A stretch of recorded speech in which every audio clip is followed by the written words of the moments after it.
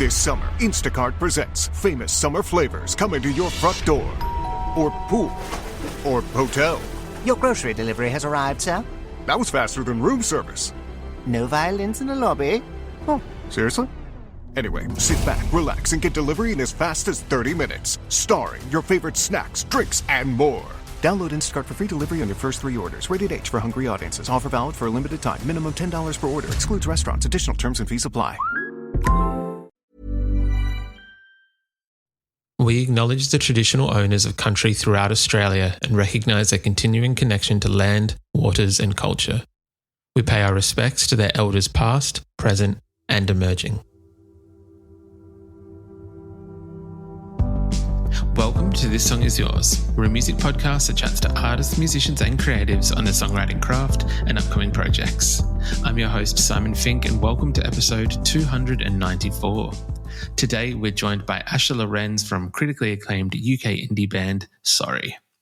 Last year they released their well-received second record Anywhere But Here through Domino Records, and next month they're making their first trek down to Australia for a handful of their own shows and appearances at Yours and Ours Festival as well as South by Southwest Sydney. Before we get to our chat with Asha, please make sure you subscribe to this very podcast on Spotify, Apple Podcasts, or whatever app that you use. And please make sure you follow us across all of our socials. Details for everything can be found within the show notes of today's episode. Our guest today is Sorry. The much buzzed about UK band burst onto the music scene back in 2020 with their debut record 925, which is such a brilliant listen, but is so very difficult to categorise as it covers folk pop, jazz, post-punk and a range of other genres. This approach brought the band, which is fronted by Asha Lorenz and Lewis O'Brien, quite a lot of attention and success, with media outlets like Stereogum and The Guardian singing their praises. Last year, they followed that up with their second studio record, Anywhere But Here, which sees the band take a more traditional songwriting approach, but still covers a smattering of sonic territories. Next month, in October, the band will be heading to Australian shores for some shows and festival appearances. In today's episode, we're talking to vocalist and guitarist Asha Lorenz about their forthcoming Australian trip and what they're expecting from these shows. We talk about the origins of the band and how sometimes distance can help with the songwriting process. We also discuss the brilliant Anywhere But Here record and some of the inspiration behind its tracks. Anywhere But Here is out now, and we've left links within the show notes so that you can find all of Sorry's Australian tour dates for next month. We also want to say a massive thank you to Lucy from Domino Recordings for her help with today's episode. Here is our conversation with Asha Lorenz from Sorry.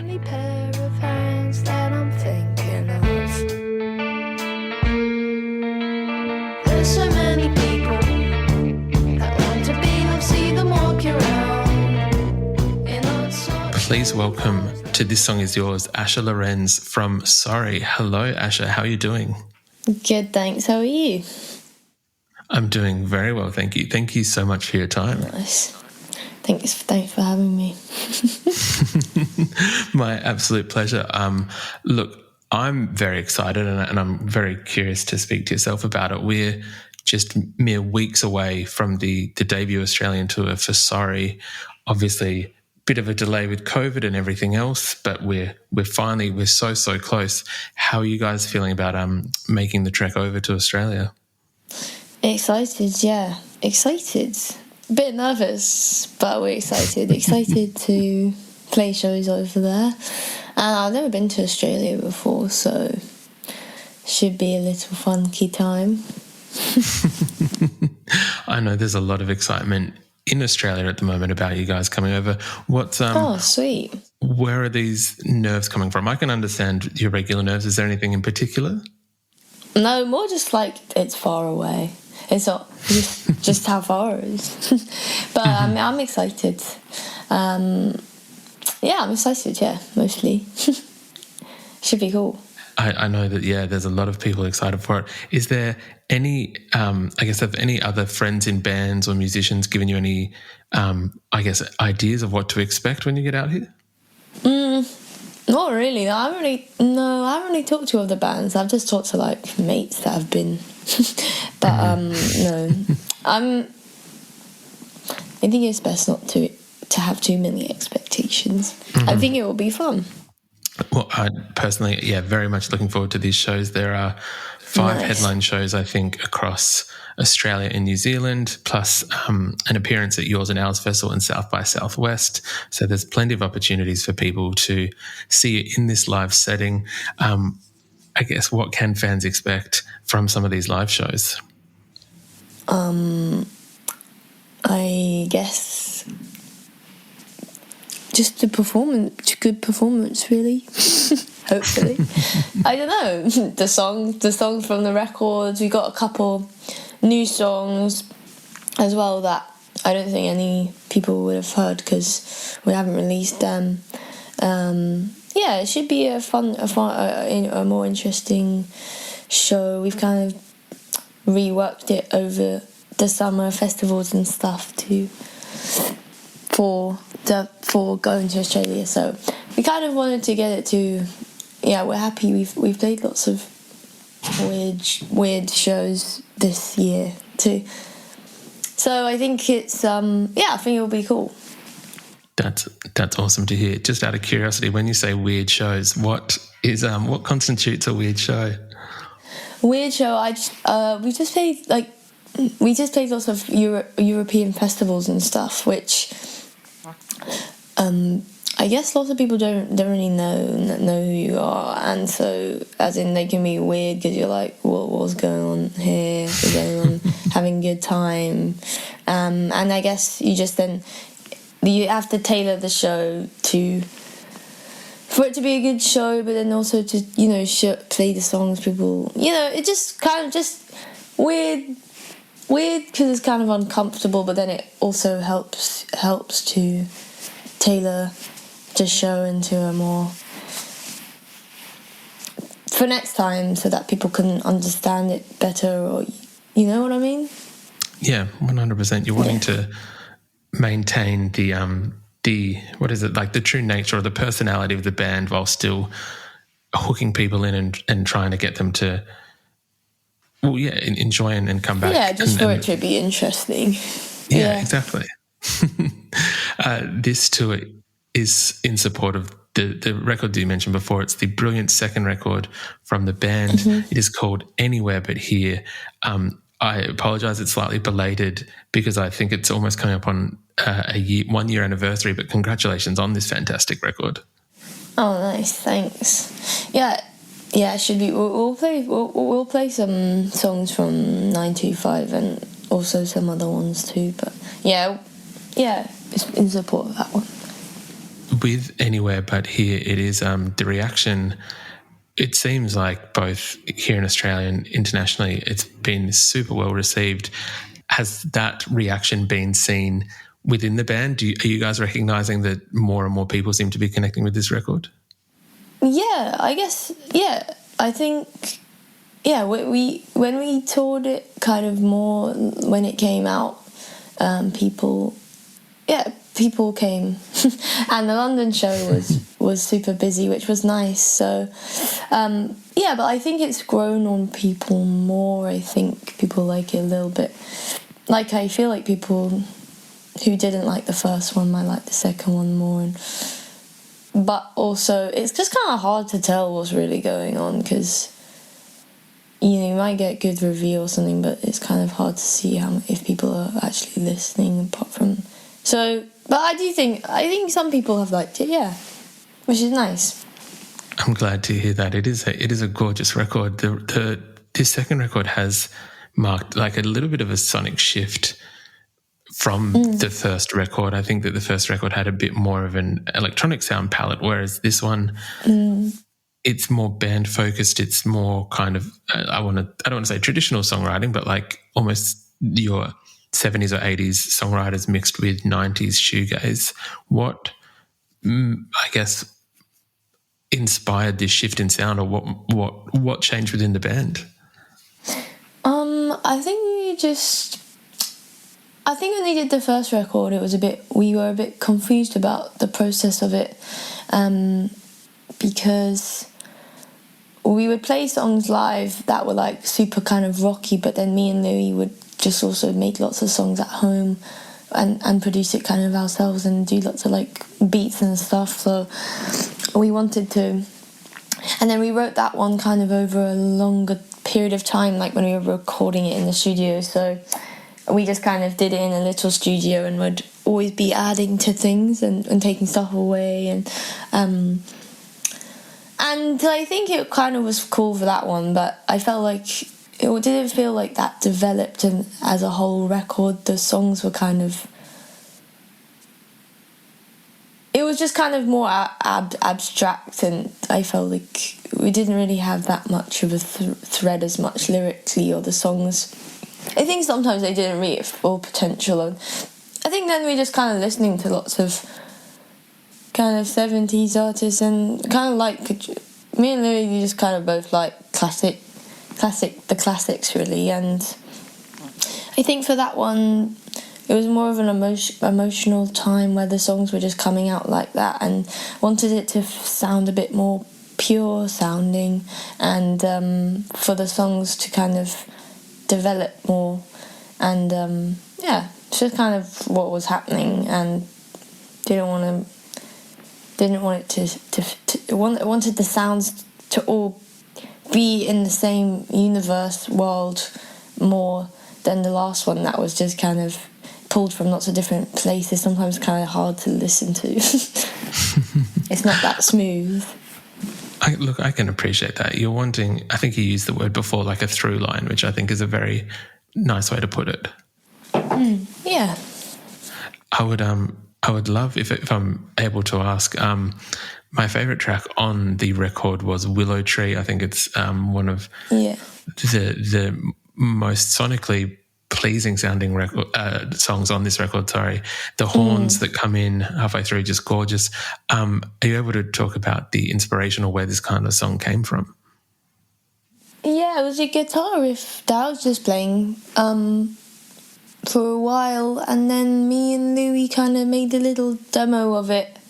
We kind of wanted it to sound like a Kinksy song, and it felt like it just kind of, when we kind of made a demo, it kind of felt like it had its own little world in it quite quickly. And then when we played it with we recorded it with the band for the record, and it was just quite it's a simple song, but I think it's quite, it felt kind of effective, and kind of, I think it was like a old poem that I was kind of riffing from, like sorry, I was just checking the name. That Allen Ginsberg poem, Pushing Up the Daisies or something, I don't know. I don't know why that kind of, I don't think it's called that, but it was, I don't know, that one was kind of coming in my mind at the time. I just kind of wanted it to be like a nursery rhyme kind of thing, and we added some cool sounds in it. It was like I don't know what it was called, but it was like, has a little wire, and you like bang it, and it made this cool like wow sound that we put in it. But yeah, I like that one. It's a gorgeous song. I'd love to know, you mentioned before your bandmate Louis, who's the co-songwriter of Sorry with you. What's the process like for yourselves? Is it something that each song is written by both of you? Do you both bring separate songs to the table? Are there sometimes the amalgamation or the Frankenstein kind of process of putting a few songs into one? Yeah, it just really depends on the song. Each song is kind of different. Maybe a song will just have lyrics, and then maybe Louis will add instruments, or maybe he'll bring a song and we'll make that, add our instrumentation, or we'll start writing a song and just the instruments will suddenly inform the song, and then all the lyrics will come, or like the song will be finished and he'll just maybe record it, or it literally just, every song has a different process, which I think, but yeah, basically, it's kind of different for anyone. Or sometimes we won't even make a demo, we'll just play it as a band. So yeah, it's kind of just it just depends really. Which is very fair. How did you and Louis start making music? I guess what was the origin story of Sorry? Well, we both made music kind of separately and put songs on SoundCloud and stuff, and then we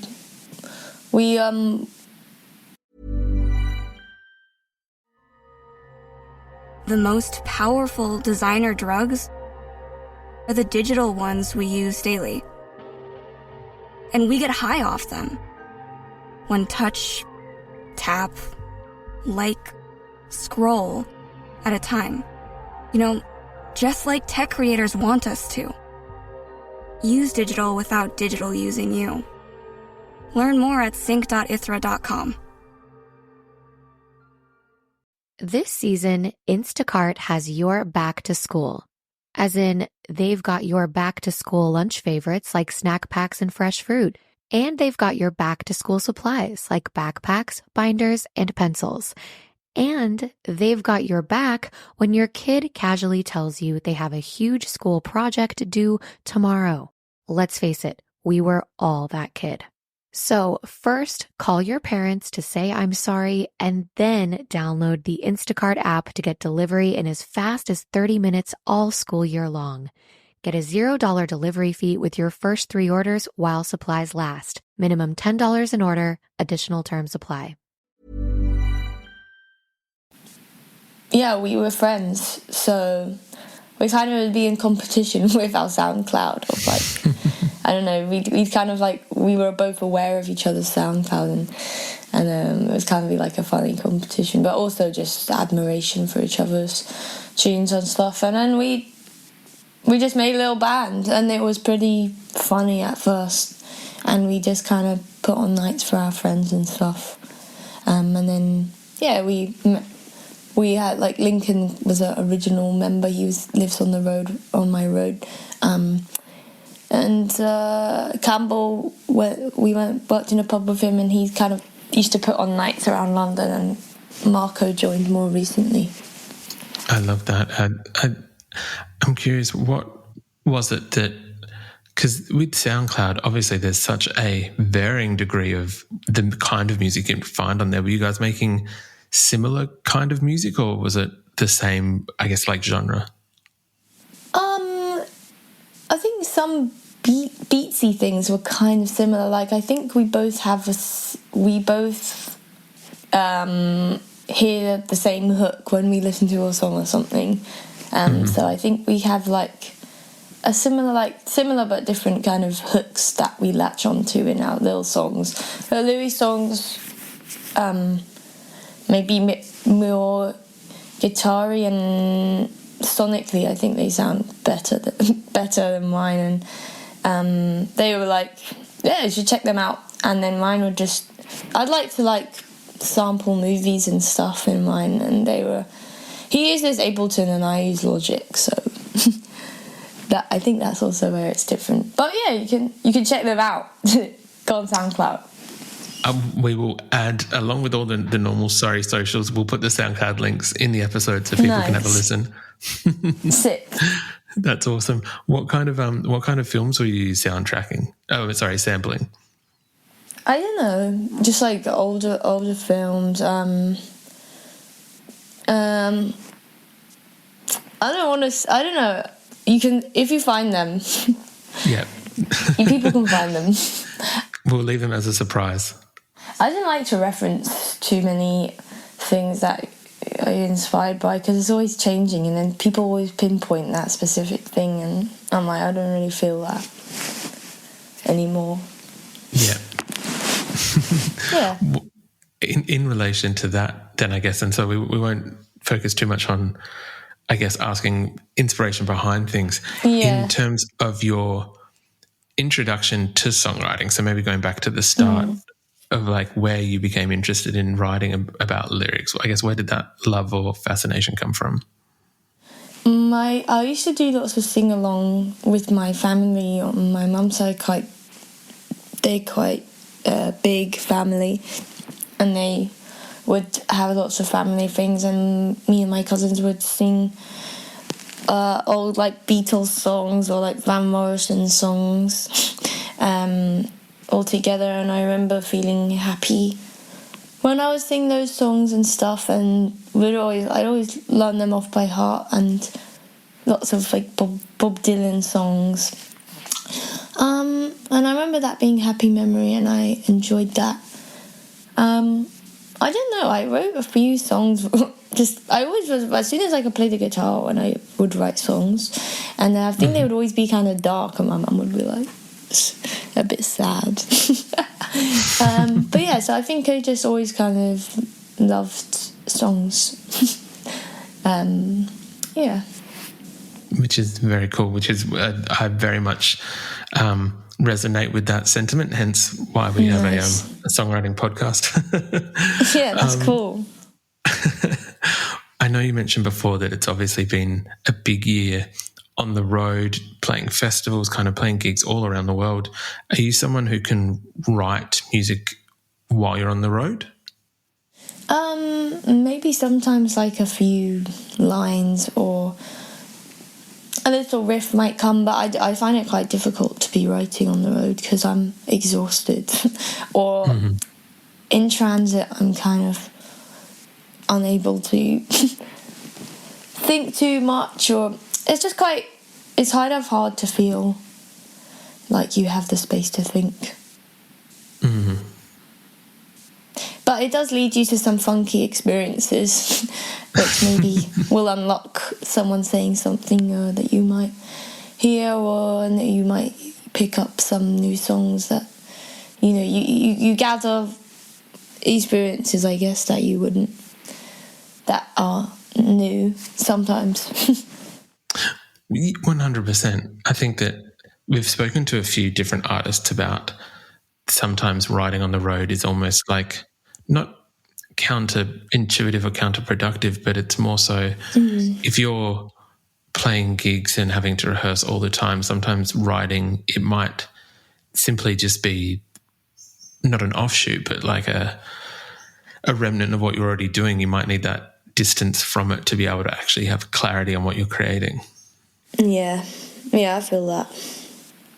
Yeah, it's a weird one. I did listen to an interview. Who was it with?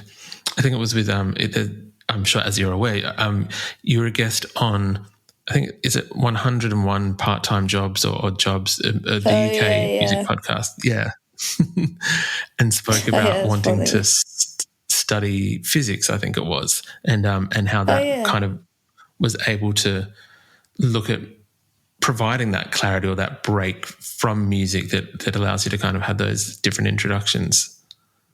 Yeah, I think it's important. Like, I like music, I like to do music, but for me, I kind of have to see music in other things for it to kind of make sense, or for it to develop. Otherwise, it just stays the same. Like, it needs to be fed new ideas and stuff for me. 100%. What is it about physics that kind of attracts you to that subject?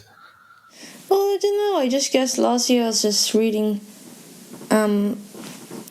lots of books, and I felt like I could see how in a small, tiny way, things that were happening on the small level, it felt the same between people's interactions and in music as well. And I just found that it was making sense for me somewhere in the way that I was seeing the world, and it made me feel happy. And that, like, I like the way that physics is always expanding, and it's always breaking. The laws are always being broken, and people have to make it up again when they find out new discoveries. And I feel like if you're feeling a bit sad or things are exhausted, then you can look at physics and see that it's never stopping. And it made me feel a new zest for music and stuff, or for people. Yeah. I love that. Yeah. In terms of reading, are you a big non-fiction person? While you're on the road, do you take books out with you? Are you taking in a lot of literature? Yeah, I find it kind of difficult on tour actually to read that much. But yeah, I like to. When I'm reading quite a lot. When I'm in a good phase of reading, I like to read fiction and non-fiction at the same time, and they kind of interweave with each other in my head. Yeah, I don't like to. Yeah, I think it's important to always be reading. Then you just think you gotta just be feeding your mind lots of new information to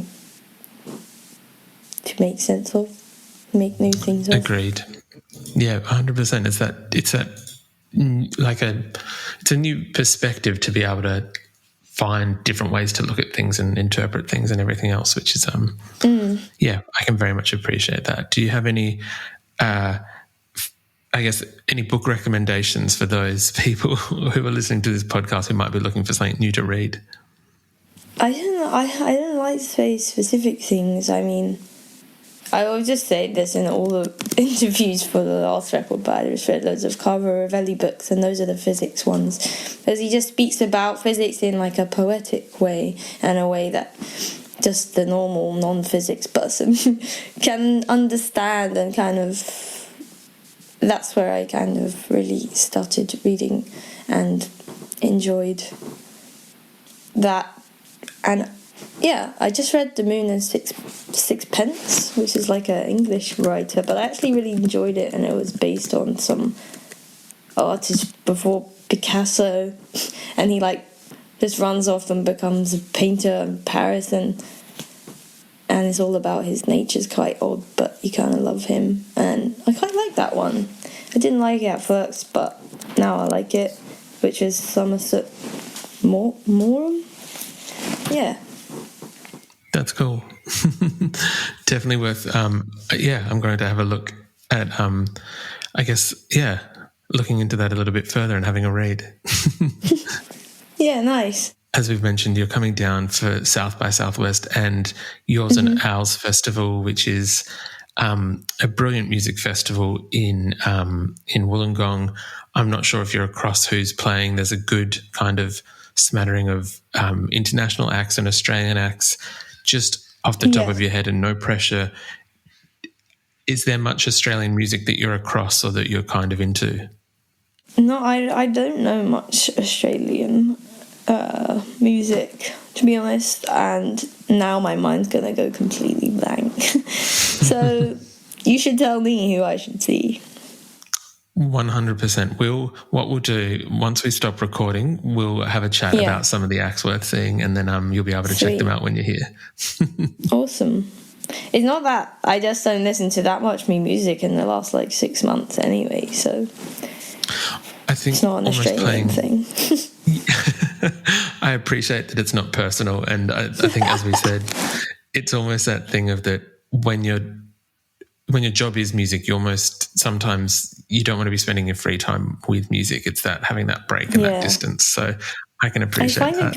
I find it quite difficult to find new music that I like immediately, because Spotify, I find it hard to navigate Spotify sometimes to really fall in love with something, I think. Yeah. Look, I can very much appreciate that. We're all the user interface on some of those apps are a bit funny. We're Apple Music family here, but nice. It's as I said, we'll send through a list of some artists to see. Oh, sweet. You might not like my next question though. We usually ask our guests what they're currently listening to, so it doesn't have to be an Australian band, but is there anything at the moment that's kind of taking your fancy? Let me think.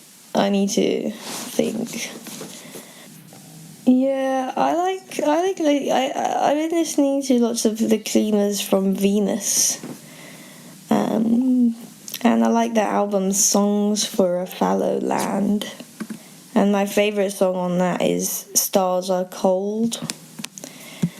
And then I don't know, I would like to say new artists, but I'm just struggling to think right now. So I probably just won't say anything.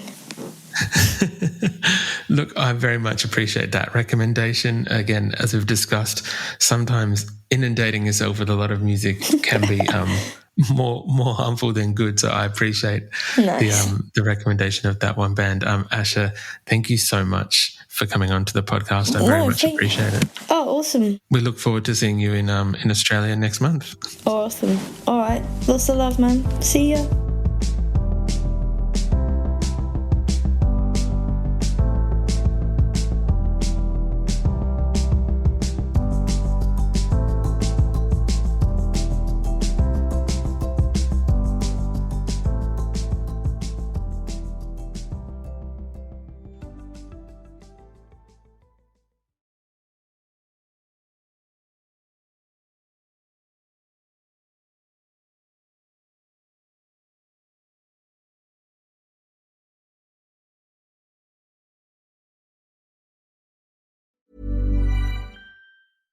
Hello, this is Danny Pellegrino, host of the Everything Iconic podcast, and I'm here to tell you all about Splash Refresher, because hydration is mandatory, but boring is not. Now, I love my water, but if I don't spice it up, I'm not going to finish what I took out of the fridge. That's why I love my Splash Refresher, which is flavorful, delicious, bright, hydrating, and 0 calories. The wild berry flavor is my fave. No, wait. Is the pineapple mango flavor my fave? You know what? All 5 craveable Splash Refresher flavors are my fave because they're so delicious. So get hydrated and enjoy it with Splash Refresher.